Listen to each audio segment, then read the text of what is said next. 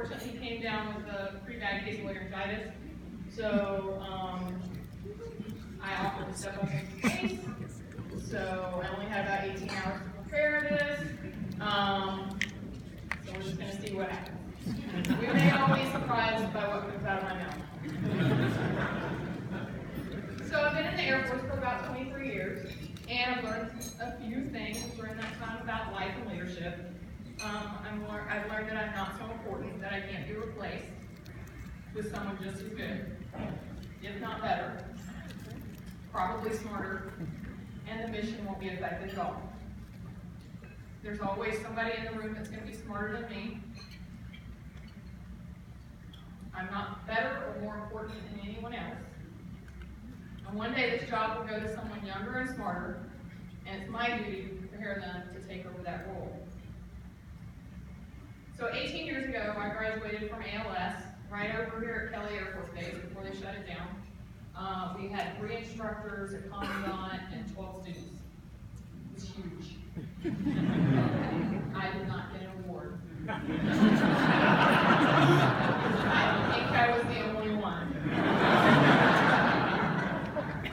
But while I was there, one of my instructors shared a janitor's 10 lessons on leadership with me, and that's something that I've kind of used to, throughout my career, how I interact with people on a day-to-day basis. And now I'm going to share that with you. So, Bill Crawford was a janitor at the Air Force Academy back in the 70s.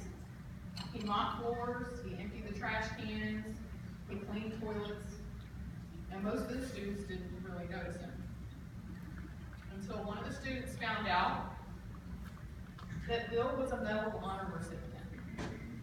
During World War II, while facing overwhelming enemy forces in Italy, Private Crawford single-handedly defeated the enemy and ensured his company's advance. From that day on, the students treated him differently. They stopped to talk to Bill and even began inviting him to squadron functions. Overnight, Bill went from a fixture in the squadron to one of their teammates. Mr. Crawford changed too. He smiled more often, and he moved with more purpose. Now, because Bill was presumed dead during the battle in World War II, he never officially received his Medal of Honor. It was presented posthumously. So in 1984, the cadets invited him to be a guest at their graduation, and President Ronald Reagan presented him the medal in a formal ceremony, and cited the following leadership lessons that the students learned from their janitor. Number 1, be cautious of labels. The labels you place on people may define your relationship to them and bound their potential. Bill was labeled as just a janitor, but he was so much more. Be careful when you say he or she is just an airman. Number 2, everyone deserves respect. Because the students hung the janitor label on Mr. Crawford, they often treated him with less respect. He deserved much more, not because he was a Medal of Honor winner, but because he was part of their team. Number 3, courtesy makes a difference. Be courteous to everyone, regardless of rank or position. Military customs as well as common courtesy help bond a team. When the students' daily interactions with Mr. Crawford became heartfelt greetings, his demeanor and personality outwardly changed, and it made a difference for everyone. Number 4, know your airmen. Life is hectic, but that's no excuse for not knowing the people that you work with. For years, a hero walked the halls of the academy and no one knew it.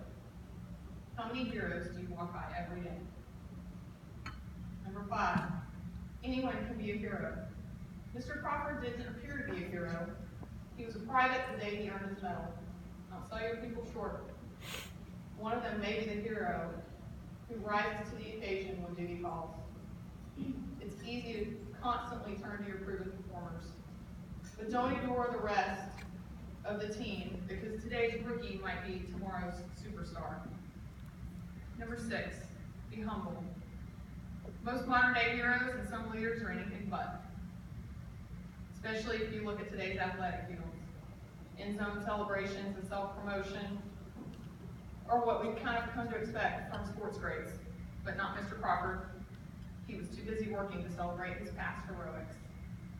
Number 7, don't always get what you think you deserve. You work hard and you deserve recognition, right? I think we all feel that way. Well, sometimes that just doesn't happen. Maybe you thought you should have been nominated for a quarterly award, but you weren't. Don't pursue glory, pursue excellence. Private Crawford didn't pursue glory.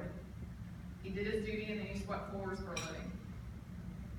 Number 8, no job is beneath a leader. If the Medal of Honor winner can clean toilets and smile, is there a job that's beneath you? I've cleaned toilets as a chief. I've mopped floors as a chief. Not too good. And I'll tell you something about this one. If your personnel see you doing that, you gain no respect. I worked for a lieutenant colonel one time, and we weren't really sure if we liked him or not. We didn't know how to take him. We were kind of like, I hope it's not me. But we go in there one day, and we had to steam the carpets, which, as anybody knows, is not a lot of fun. It's a lot of water, and a lot of soap, and a lot of heat, and a lot of work.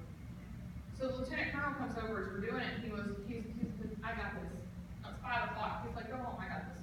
And we all kind of looked at him and we're like, no, that's not okay. And he's like, no, I got this. We're like, are you sure? And he's like, yeah. He goes, go home, be with your family, I got the carpets. I can't tell you how much respect we had for him after that. Number 9, pursue excellence. No matter what you're asked to do it well. Dr. Martin Luther King said, if life makes you a street sweeper, be the best street sweeper you can be. Mr. Crawford modeled that philosophy and helped make a dorm a home.